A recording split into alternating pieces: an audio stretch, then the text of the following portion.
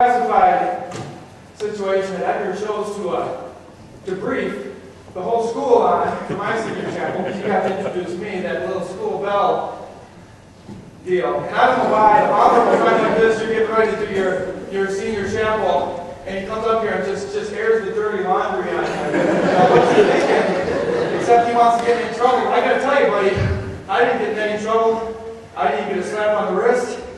And I walked out of here with my diploma, my degree. So we'll see if you walk out of here with your degree. So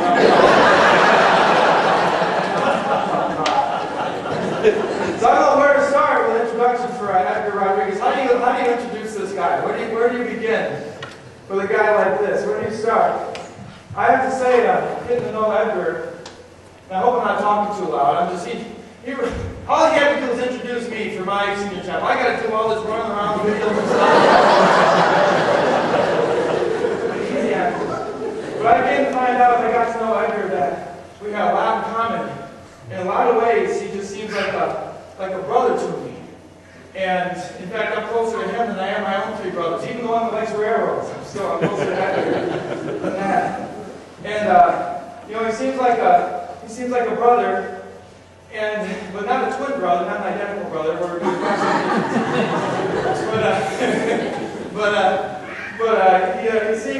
he seems like a lot like a little brother. You know, that obnoxious little brother that's always hanging around, waiting to get there, waiting to one up you. You are older than me. Yeah, you won't believe that either, but I'm actually older than him by about 1 month. You should see their jaws drop up here. You should see their lips and face. But so he's always trying to upstage, and he's got this guy loves to compete, and he'll take any challenge, and he'll just go for it. And I love that about Edgar. And with me in particular, it's not enough just to equal me. He's always got to one-up me. He's always got to win, and so we get a good rivalry going. Whether it's racquetball or paintball or soccer or dodgeball or gotcha or whatever, we could be drawing stickmen on paper, and he's going to be all about that. I'll give you some other examples. I went out and got a guitar, and I learned some chords and learned how to play a couple songs, and so that's pretty cool, right? And so he comes along, he's got to go out and not just get a guitar, but he gets the whole 7-on-3000 package. He's got a guitar, he's got a case, it's got a songbook, it's got videos, it's got an amplifier. I think it even came with a hat and sunglasses, didn't it? Or just the sunglasses. Now he's taking lessons with big time. I can't keep up with this guy.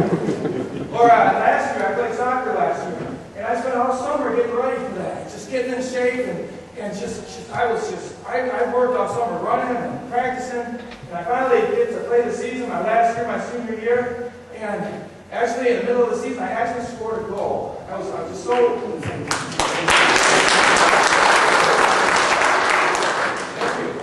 But I was pretty proud of that, Well, Edgar hears about that, and we needed someone on the team to fill in, and he hasn't done anything all summer.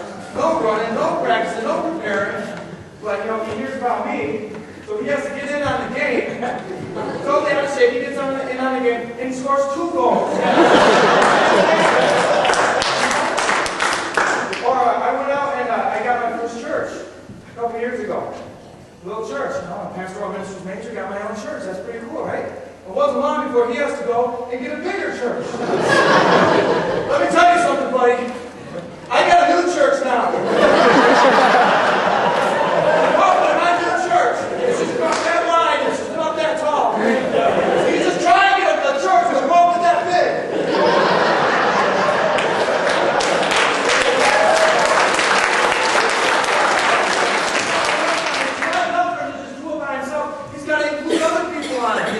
We had campus cleanup day last year, and I got a group that I was leading. And of course, he's leading one too.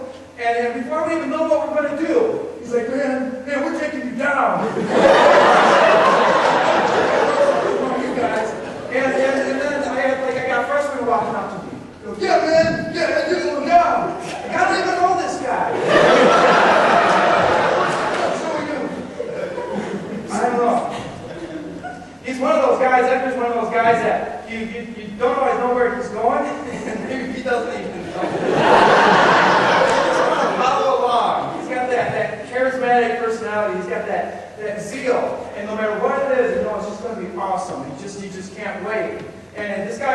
excited about peeling potatoes. He was too excited about eating Brussels sprouts. I mean, I hate Brussels sprouts. But it just, Edgar likes them. We need some more. You know? And, but that's just the way that he is in life. And Edgar's the kind of guy who can take anything and just make it fun. And I may joke about Edgar being like a little brother to me and trying to match up and one-up me. But I gotta tell you though, seriously, in a lot of ways, Edgar's a lot more like a big brother to me. And he's a guy that I really look up to. He's a guy who I've learned to respect in so many ways. I see his walk, I see what he does on the scenes, I know what he does behind the scenes. I know that he's the same person that you see here at home in his private life and his personal life. And I really look up to that guy. I really respect him. He's got a zeal for life that's contagious. And he loves to goof off. He loves to goof off and have fun. But what's especially powerful about that is he'll take his zeal and enthusiasm and he will just pour his heart out for the Lord. It's all for the Lord, and that is just so awesome. He doesn't hold back. He just gives everything for God. And he is determined to do the right thing. He's determined to be a man of God. He's determined not to make compromises, not to water down his faith or his walk. He's just determined that if this is the way it is with the Lord, that's the way I want it to be with me. He's seeking after the Lord with all his heart. And he's just not making compromises. He's just all about it. Another thing I respect about this man Edgar is he's a family man. He loves his wife. He loves Denise. I don't know where Denise is this morning, but he loves you. Is she hiding? There she is. Okay, we gotta go with that. And his boys, he just loves his boys. I just respect that so much. He loves his family so much. And Edgar's the kind of guy that whatever you need, he's always there to help. I mean, I'm out in Milwaukee, 6 hours away. I know I can call him, hey, Edgar, I need help. You gotta help me, buddy. He'd be in the car, just like that, and he'd come out to do whatever. He'd be on the way. Another thing about Edgar is that, I know when I talk to him, we talk every now and then, once a week, pray before service and stuff like that. I know if there's something wrong in my life, something's not adding up in my life, he's going to call me out on it. And he's going to want me to call him out on that too. And it's that iron sharpens iron relationship that I can count on with him, that he's not going to compromise. He's just, that's something real special. It takes time to build up that kind of relationship. As you know, I'm not going to get away with anything with this guy. He's not going to get away with anything with me. It's that iron sharpens iron. Sometimes sparks may fly when iron strikes iron. But it sharpens iron. One piece sharpens another. And I hope I'll sharpen you as much as you sharpen me.